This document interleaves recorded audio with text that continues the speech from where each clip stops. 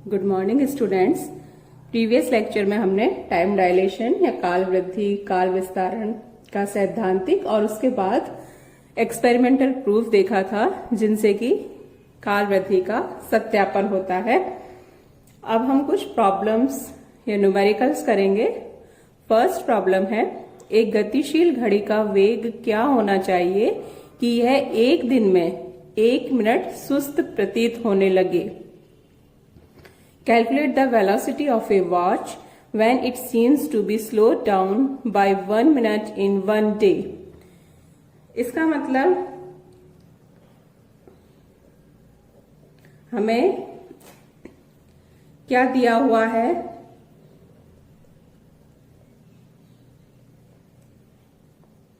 कि जो घड़ी है वो एक दिन में 1 मिनट सुस्त प्रतीत होती है, कि उपयुक्त निर्देश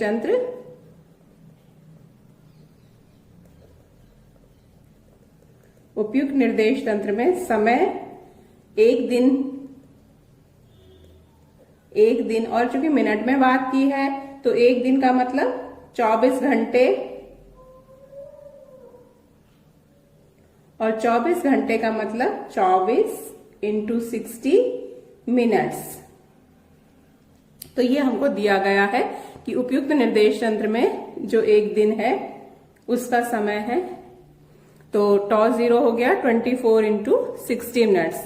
जो दूसरी घड़ी है वो 1 मिनट सुस्त प्रतीत होती है, यानी वो जो टाइम है वो बढ़ा हुआ दिखाई देगा उसको।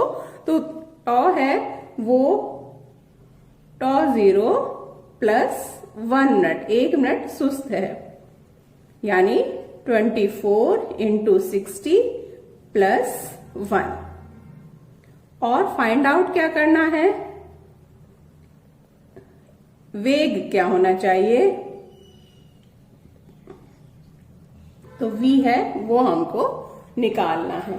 तो ये दिया गया है कि एक दिन में, तो एक दिन का मतलब 24 घंटे, 1 मिनट सुस्त प्रतीत होती है, यानी टाइम 1 मिनट बढ़ा हुआ महसूस होगा, तो +1 मिनट हो जाएगा। इसमें वेलोसिटी ज्ञात करनी है, तो वही काल विस्तारण के सूत्र से 1 - v² c², इससे हम ज्ञात करेंगे। और ये कितना हो जाएगा, ये दिया हुआ है जो वैल्यूज वो पुट कर देते हैं। 24 × 60 + 1 = 24 × 60 अपॉन √1 - v² c²। और इसको इससे डिवाइड कर देते हैं, तो ये हो जाएगा 1 +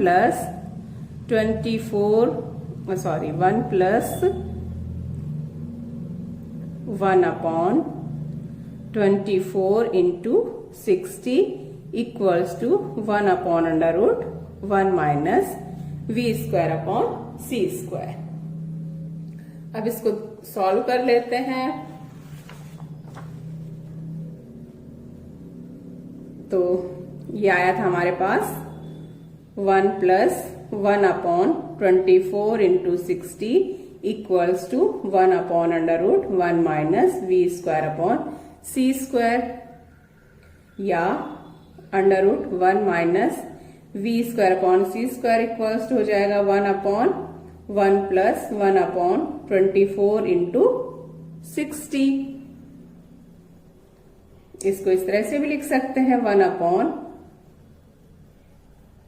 ये पावर माइनस में चली जाएगी, ऊपर लेंगे तो -1। अभी √ हटा देते हैं, स्क्वायर कर देते हैं दोनों तरफ का, तो 1 - v² c² = 1 + 24 × 60 की पावर हो गई -2। बाइनोमियल एक्सपेंशन द्विपद प्रमेय का यूज कर लेते हैं कि 1 + x की पावर n हो, तो उसको लगभग हम 1 + nx+ हायर ऑर्डर टर्म्स होती हैं उनको नेग्लेक्ट कर देते हैं, क्योंकि ये वैल्यू काफी छोटी है 1 से, तो हायर ऑर्डर टर्म्स और छोटी होती जाएंगी, स्क्वायर में आएंगी, क्यूब में आएंगी, तो वो सब और छोटी होती जाएंगी, तो उन सबको हम नेग्लेक्ट कर देते हैं, सिर्फ हम 2 टर्म्स रखेंगे। तो 1 minus v square upon c square equals to 1 minus 2 upon 24 into 60। 1 से 1 कैंसिल हो जाएगा, माइनस भी हटा सकते हैं, तो v square upon c square is equal to 2 से काट देते हैं और सॉल्व करते हैं। जैसे ये 30 हो जाएगा तो 720। तो v square upon c square equals to, इसका मतलब हुआ v अपॉन सी है वो अंडर रूट 1 अपॉन 720 के। अब 1 अपॉन 720 कितना होगा निकाल लेते हैं। पॉइंट जाएगा, ये एक 0 हो गया, फिर 0, फिर 0 और एक और 0 के साथ, तो ये 0, 8, 2, ये यहां पर 1 हो गया, 1 बार। फिर लगभग मान लेते हैं इसको 4 टाइम्स, लगभग 4 टाइम्स आएगा, थोड़ा ज्यादा होगा लेकिन हम अप्रोक्सीमेट कैलकुलेशन ही कर रहे हैं। तो v अपॉन सी है वो अंडर रूट 0.0014, 0.00 का हो जाएगा 0.1 का स्क्वायर इंटू 0.14। अब 0.16 तो होता है 0.4 का, तो ये उससे थोड़ा सा छोटा है, तो इसको और एग्जैक्टली सॉल्व कर सकते हैं। लगभग ये वैल्यू आएगी 0.36 या 0.036 C।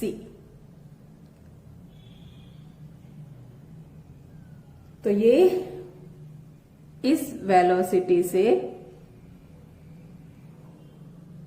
मूव करेगी। चाहे तो हम c की वैल्यू पुट कर देते हैं कि 3 इंटू 10⁸ मीटर पर सेकेंड। तो अगर उस तरह से सॉल्व करें तो ये हो जाएगा 0.036 इंटू 3 इंटू 10⁸, और लगभग ये आएगा 0.1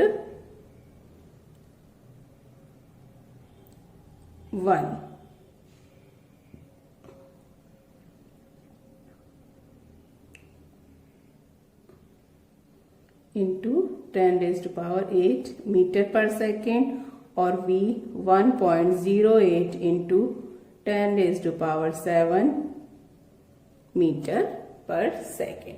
तो इस वेलोसिटी से अगर वो मूव कर रही है तब जो घड़ी है वो 1 मिनट सुस्त दिखाई देगी, 1 मिनट देर से चलती हुई दिखाई देगी। उसको जो समय है एक दिन में वो 1 मिनट से बढ़ा हुआ प्रतीत होगा। अब हम एक और न्यूमेरिकल सॉल्व करते हैं। 1 माइक्रोसेकंड उचित आयुकाल वाला कण प्रयोगशाला तंत्र के सापेक्ष 2.7 इंटू 10⁸ मीटर पर सेकंड के वेग से गतिशील है। प्रयोगशाला तंत्र में स्थित प्रेक्षक के सापेक्ष कण के आयुकाल की गणना कीजिए। A particle with a mean proper life of 1 microsecond moves through the laboratory at 2.7 into 10⁸ meter per second. What will be its lifetime as measured by observer in the laboratory? तो अब हम इसको सॉल्व करते हैं। तो यहाँ भी देखें तो दिया हुआ है उचित आयुकाल, उचित आयुकाल या प्रॉपर लाइफ टाइम, यानी प्रॉपर रेफरेंस फ्रेम में वैल्यू दी हुई है, और वो कितनी दी हुई है 1 माइक्रोसेकंड। माइक्रोसेकंड का मतलब 10⁻⁻⁶। तो ये उचित आयुकाल दिया हुआ है, और इसको हम वही उचित को τ0 से डिनोट करते हैं। तो τ0 हमको दिया हुआ है 1 माइक्रोसेकंड। साथ में वेलोसिटी भी दी हुई है 2.7 इंटू 10⁸ मीटर पर सेकेंड। हमें क्या ज्ञात करना है? प्रयोगशाला तंत्र में स्थित यानी गतिशील अवस्था में कण के आयुकाल की गणना करनी है। तो हमको टॉ फाइंड आउट करना है, तो ये ज्ञात करना है। फिर से वही फॉर्मूला काम में लेंगे, tau equals to tau 0 upon √1 minus v² upon c²। Values put कर देते हैं। 1 into 10⁻⁻6 divided by 1 minus v² upon c²। यहीं से चाहे तो बाद में सीधे पुट कर दीजिए, चाहे हम ऐसे भी कर सकते हैं कि v अपॉन c का मतलब हुआ, v दिया हुआ है 2.7 इंटू 10⁸ और c का मतलब है 3 इंटू 10⁸। ये कैंसिल हो जाएगी, 3 से वो कैंसिल भी हो कटेगा भी, तो 0.9। तो v² अपॉन c², 9 का स्क्वायर होता है 81, तो 0.9 का हो जाएगा 0.81। ये वैल्यू पुट कर देते हैं। तो tau equals to 1 into 10⁻⁻6 divided by 1 minus 0.81 और tau equals to 1 into 10⁻⁻6, 1 minus 0.81 आएगा 0.19। फिर से चाहे तो हम एग्जैक्ट निकाल सकते हैं कि 19 का होगा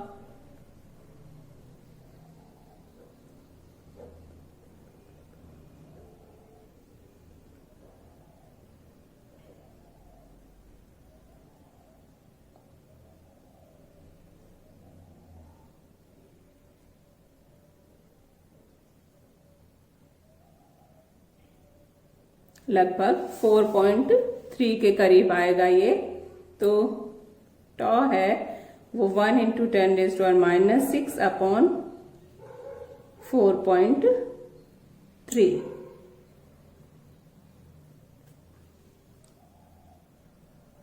तो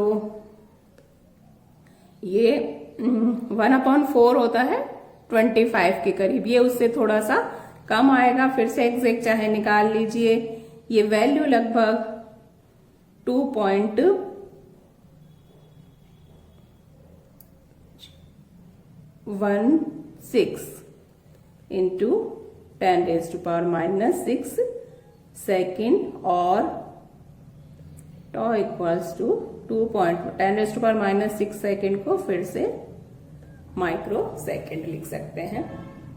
तो प्रयोगशाला निर्देश तंत्र में जिसका जो पिंड है वो 2.16 माइक्रो सेकेंड से गति करता हुआ, उसका जो समय है वो 2.16 माइक्रो सेकेंड दिखाई देगा। कुछ और प्रॉब्लम्स हम नेक्स्ट लेक्चर में करेंगे।